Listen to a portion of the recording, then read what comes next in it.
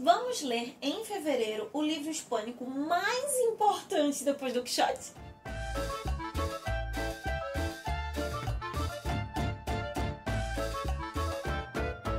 O que temos para hoje, Sanchos e Dulcineas, ou melhor, lo que teremos para hoje, Sanchos e Dulcineas. Eu sou Larissa Bertolino, você está no canal Uma Garota Quixotesca, onde nós tratamos sempre de literatura, de personagens, de temas, de propostas que saiam de alguma forma, que tenham alguma relação com o nosso queridíssimo Dom Quixote de La Mancha. E mais especificamente, você se encontra na primeira jornada de leitura conjunta de 2023. Nos comprometemos neste ano de ler mais literatura hispano-americana, mais literatura hispânica no geral, sempre, claro, o foco maior vai ser na Espanha, mas nós vamos passar pelas ilhas caribenhas, pelos países sul-americanos, por todos os lugares onde o espanhol seja a língua mãe. Por isso nós já vamos começar a nossa JLC, a primeira JLC do ano, com um excelentíssimo clássico, talvez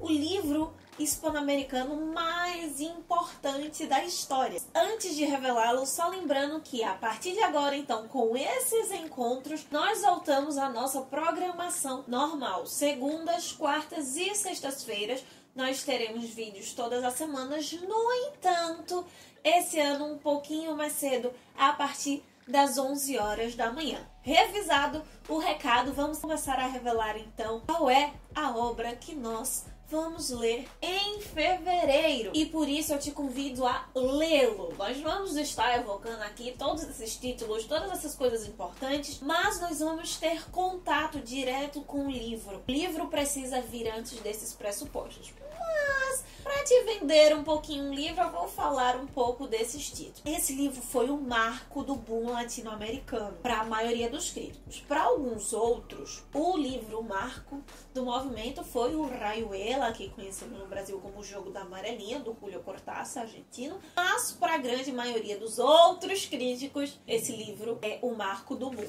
E o que seria isso? Vários autores latino-americanos pegaram influência do modernismo europeu, as vanguardas latino-americanas, e começaram a tentar escrever, a produzir algo novo. Textos, formas que ainda não tivessem sido criadas, vistas e que tivessem a cara da América Latina. Eles queriam desafiar essa literatura convencional. Gabriel Garcia Marques é considerado aquele que conseguiu melhor, que se esse movimento fosse uma corrida, ele teria ganhado em primeiro lugar. Ele é o maior expoente do movimento, ele não precisa ser autoexplicativo, não tem rival. Esse texto dele especificamente é um texto psicológico sem ter que estar evocando a psicologia o tempo todo. Vou falar nisso. O Nietzsche, a sua lei do eterno retorno, vai estar presente do início ao fim desse texto. E nós escolhemos o livro dessa jornada não apenas por ser latino-americano, por todos esses atributos, mas vocês sabem que aqui a gente também valoriza muito o que trata do modernismo. E o nosso guru do modernismo, Sergei,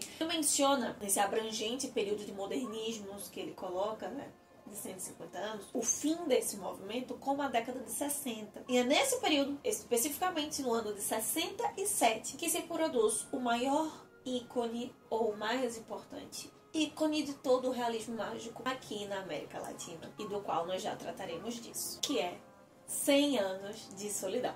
Antes de dissertar um pouquinho sobre o realismo mágico, o poder desse livro, eu vou tentar te apresentar o livro que nós leremos durante todo o mês de fevereiro, que é 100 anos de solidão, 100 años de soledad, de Gabriel Garcia Marques. Ele poderia ser definido como uma crônica da família Buendia, essa árvorezinha genealógica que nós temos aqui, uma história que trata do início ao fim de Macondo, esse lugar místico descrito no livro, estaria no interior da Colômbia. Pode ser um contraste, um paralelismo entre o imperialismo yankee com todo o colonialismo da Latinoamérica, do início até agora. Ou um livro sobre o sentimento de solidão, cheio, repleto de oxímoros. Essa figura de linguagem que trata desses contrastes opostos, que nada melhor do que ela, então, para definir a América Latina. Talvez um que seja bem forte nesse livro, Solidão Acompanhada. De modo geral, 100 anos de solidão tratará de 6 gerações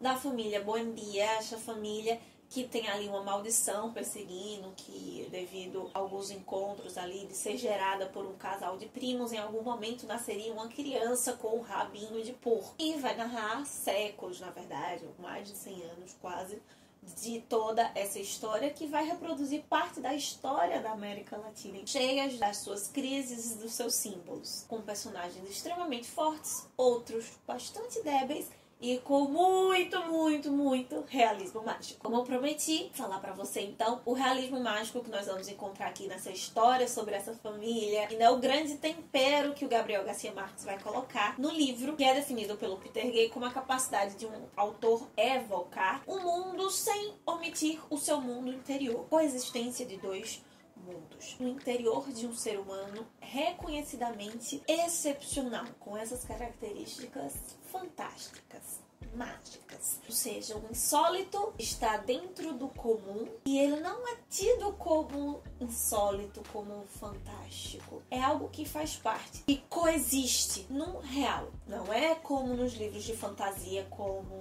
O Senhor dos Anéis ou Harry Potter, onde nós temos um contrato de leitura que nós entendemos que aquilo é um mundo fictício e essas magias, esses encantos fazem parte. Não, nós estamos num mundo tido como o nosso mundo real. Quando a magia, a fantasia, ela aparece, ela é inserida ali no cotidiano, ela não é vista com esse estranhamento. A nossa realidade maravilhosa, maravilhosamente latino-americana. E existe aspecto desse realismo fantástico mágico, a depender na Europa, existe aqui na América Latina visto de uma outra forma bem diferente em alguns aspectos, e por isso no vídeo da sexta-feira no nosso vlog eu vou dedicar um vlog só pra gente estudar, indicar alguns nomes específicos para esse tipo de texto, para facilitar a sua leitura de 100 Anos de Solidão nesse mês, caso você não tenha familiaridade com esse gênero. E no final das contas, o próprio Gabriel Garcia Marques dizia que a sua obra na verdade é realista, não tem nada de fantasia, é realidade, porque era essa a maravilhosa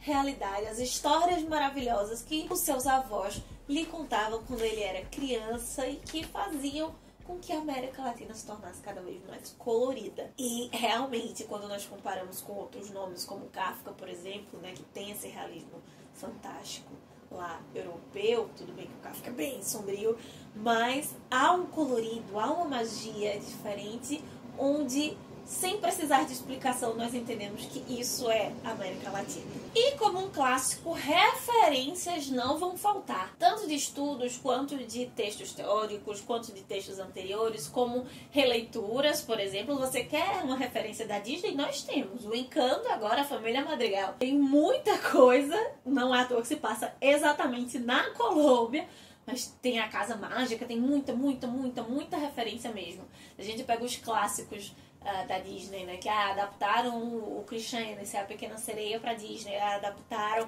os Grimm com a Branca de Neve pra Disney. É uma adaptação, de certo modo, mas com uma liberdade poética bem maior, do Gabo para os filmes infantis. Mas se você quiser algo mais teórico, né, e algo anterior para te auxiliar nessas leituras, sem sombra de dúvidas, um autor importantíssimo será o Harold Bloom. E aqui eu não vou nem citar um texto específico, existem textos variados dele, existem estudos variados sobre o assunto, ou até esses nomes do boom latino-americano que tenham escrito sobre o Borges, o Cortázar, o Vargas Llosa no Peru, entre vários outros nomes. Mas eu vou deixar a título aqui só 2 textinhos, caso você queira ver, procurar alguma coisa, mas sempre destacando, esse mês a nossa dedicação é para imergir, não entender, reler, voltar, evitar um pouco os textos teóricos, claro, vou estar trazendo referência, mas ter esse acesso e tentar entender a literatura, o texto literário por ele mesmo. Um dos textos que eu quero indicar para você e que dá um panorama também geral,